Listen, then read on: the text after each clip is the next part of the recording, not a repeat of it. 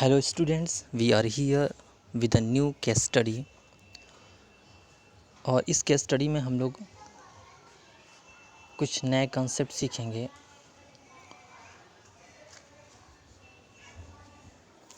Case study आपके सामने है। A petrol pump needs to be managed as much as a hospital और school. What managers do in India, the USA, Germany or Japan is the same. How they do it may be quite different. This difference is due to the differences in culture, tradition and history.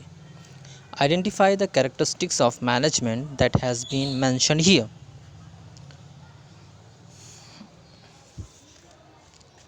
Okay इस case study में आपसे पूछा गया है कि आपको बताना है कि मैनेजमेंट का कौन सा कैरेक्टरिस्टिक्स इसमें डिस्कस किया गया है। Okay as you know very well that there are 7 characteristics of the management. The first characteristic is management is goal oriented process. Another, management is continuous process. Management is all pervasive. Management is multidimensional activity. Management is group goals. Management is intangible. Management is dynamic function. तो इन 7 characteristics में से कौन सी characteristics इसमें discuss है, ये हमको identify करना है। तो पहले हम इस केस को समझते हैं कि इस केस में कहा क्या गया है। इसमें 2 बातें क्लियरली कही गई हैं। सबसे पहले कहा गया है कि a petrol pump need to be manage as much as hospital और स्कूल्स। यहाँ पर कहा जा रहा है कि जिस तरह से हॉस्पिटल और स्कूल को मैनेज करने की ज़रूरत होती है, इसी तरह पेट्रोल पंप को भी मैनेज करने की ज़रूरत होती है। और दूसरी बात कही गई है कि what the managers do in India, the USA, Germany और Japan is the same. Means आपको पता है कि मैनेजमेंट का वर्क्स परफॉर्म करता है कौन? मैनेजर्स। अब मैनेजर्स क्या करता है? Manager perform the function of management. Managers perform the various function of management. ठीक है, अब जो भी फंक्शंस मैनेजर परफॉर्म करता है इंडिया के अंदर, वही फंक्शन वो यूएसए में भी परफॉर्म करता है, जर्मनी में भी परफॉर्म करता है, जापान में भी परफॉर्म करता है, as per the case study. आगे कहा गया है how they do it may be quite different. अब ये काम कैसे करते हैं ये थोड़ा डिफरेंट होता है, अलग अलग होता है। और ये डिफरेंसेस आते क्यों हैं इसके बारे में भी डिस्कस है कि this differences is due to the difference in culture, tradition and history. यानी ये जो डिफरेंसेस आते हैं ये उनके कल्चर की वजह से आते हैं, उनके ट्रेडिशन की वजह से आते हैं। आपको पता है every country has their own culture, every country has their own tradition, every country has their own history. तो उसके बिना पर, उसके बेस पर कुछ डिफरेंसेस आएंगे, क्या काम करने के तरीके अलग होंगे, बट जो एक्टिविटीज़ परफॉर्म की जाएगी, जो फंक्शन परफॉर्म किए जाएंगे वो सेम होंगे। केस स्टडी में ये 2 बातें कही गई। अब इसके बेसिस पे, यानी इन 2 बातों के बेसिस पे हमको क्या करना है? We have to identify what characteristics of management is discuss here. Management के कौन से कैरेक्टरिस्टिक्स इसमें डिस्कस किए गए हैं ये हमको आइडेंटिफाई करना है।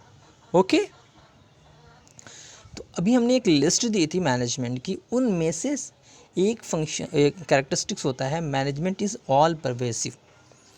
ऑल परवेसिव, परवेसिव मीन्स होता है the concept, the things that exist everywhere. और तो मतलब ऐसी चीज़ें जो हर जगह पाई जाती हों उसको बोलते हैं परवेसिव। अब हम बात करें, अगर हम केस स्टडी के बेसिस पे ही बात करें, तो सबसे पहले इन्होंने ऑर्गेनाइजेशंस की बात की। आपको पता है हॉस्पिटल एक ऑर्गेनाइजेशन है, स्कूल्स दूसरा ऑर्गेनाइजेशन है, पेट्रोल पंप तीसरा ऑर्गेनाइजेशन है। इसी तरह दुनिया का कोई भी ऑर्गेनाइजेशन हो, सबको मैनेजमेंट के फंक्शंस परफॉर्म करने पड़ते हैं। यानी without management these organisations can not perform their functions, are not able to achieve their target effectively and efficiently. यानी अगर ये मैनेजमेंट ना करें, ये ऑर्गेनाइजेशन में अगर मैनेजमेंट निकाल दिया जाए तो उसकी कोई भी टारगेट अचीव नहीं कर पाएगा, उसका कोई मतलब नहीं रह जाएगा। ओके, तो इससे यह प्रूफ होता है कि management is required at every type of organisation. अब ये ऑर्गेनाइजेशन कैसे हो सकती हैं? These organisations belongs to the religious organisation, these organisation belongs to the profit organisation और नॉन प्रॉफिट ऑर्गेनाइजेशन, यानी किसी भी तरह का ऑर्गेनाइजेशन हो वहाँ पर आपको मैनेजमेंट के फंक्शंस परफॉर्म करने पड़ते हैं। एंड दूसरी बात, अब मैनेजमेंट के जो फंक्शंस हैं, क्या ये फंक्शंस हर कंट्री में डिफरेंट पाए जाते हैं? नो, मैनेजमेंट बहुत सारे फंक्शन अपने परफॉर्म करता है। उसका सबसे पहला यानी first and the foremost function of the management is to make the plan, यानी planning is the first function of the management. कोई भी manager without planning can not do anything. यानी मैनेजर्स जब भी, सपोज अगर आपको कोई काम करना है तो सबसे पहले फर्स्ट ऑफ ऑल आप क्या करोगे? एक प्लान बनाओगे, यानी बिना प्लान के आप अपना काम नहीं कर सकते हो। तो प्लानिंग क्या है? Planning is the function of management. तो मैनेजर्स इंडिया के अंदर अगर कोई भी काम करना, सपोज एक पर्सन्स को 10,000 मोबाइल फ़ोन डिलीवर करना है तो उसको क्या करना पड़ेगा? सबसे पहला काम करना पड़ेगा, फर्स्ट ऑफ ऑल उसको क्या करना पड़ेगा? प्लान करना पड़ेगा। सपोज़ उसको 100 पीपल्स को एजुकेशन देना है तो वो कैसे देगा? वो उसके लिए भी उसको क्या करना पड़ेगा? फर्स्ट ऑफ ऑल उसको प्लान बनाना होगा। यानी कोई भी काम करना होगा उसमें उसको प्लान बनाना ही बनाना है। तो ये तो बात इंडिया की हुई। लेकिन अगर हम बात करें यूएसए में, तो क्या यूएसए में अगर उसको जो है 10,000 मोबाइल फ़ोन डिलीवर करना हो तो क्या without planning they are able to deliver the 10,000 mobile phone? No.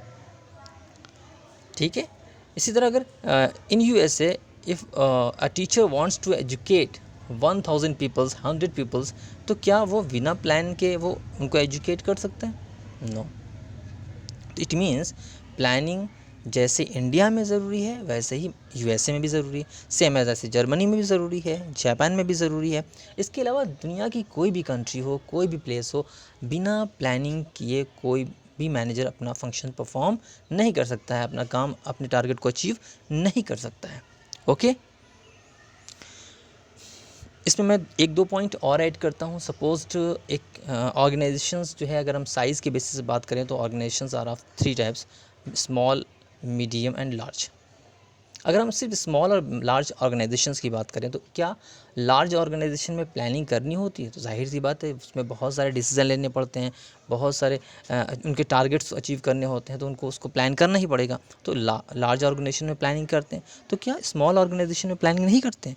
नहीं, स्मॉल ऑर्गेनाइजेशन में भी प्लानिंग करते हैं। इसका मतलब planning is required in large organisation as well as in small organisation. इसी तरह आपको पता है कि किसी भी ऑर्गेनाइजेशन में जो मैनेजमेंट होते हैं वो 3 पार्ट्स में डिवाइड होते हैं, या हम ये कह सकते हैं उनके 3 लेवल होते हैं मैनेजमेंट के, top level, middle level and lower level. इन तीनों लेवल के क्या हैं? इनके अपने अपने वर्क होते हैं और उन वर्क को कंप्लीट करने के लिए उनको भी प्लान बनाना पड़ता है। ठीक है, इन टॉप लेवल को अपने टारगेट को अचीव करने के लिए प्लानिंग करनी पड़ेगी, मिडिल लेवल को अपने टारगेट को अचीव करने के लिए प्लानिंग करनी पड़ेगी, और जो है लोअर लेवल को अपने टारगेट को अचीव करने के लिए प्लानिंग करनी पड़ेगी। तो इन सब से समझ क्या आया कि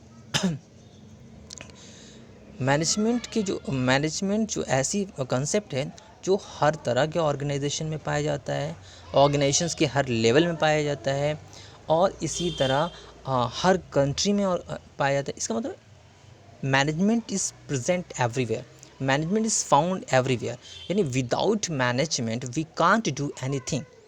सो we can say that management is all pervasive. तो यहाँ पर जो फंक्शन कैरेक्टरिस्टिक्स डिस्कस है वो क्या है? Management is all pervasive.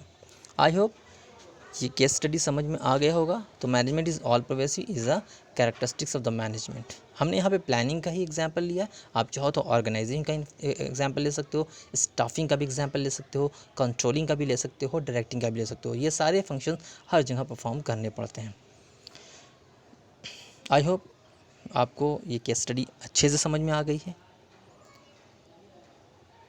Okay, अगर आपको समझ आ गई हो तो इसको और लोगों के पास शेयर करिए ताकि वो भी इससे बेनिफिट ले सकें, और हमारे चैनल को सब्सक्राइब करिए, लाइक करिए एंड कमेंट करिए। Thank you.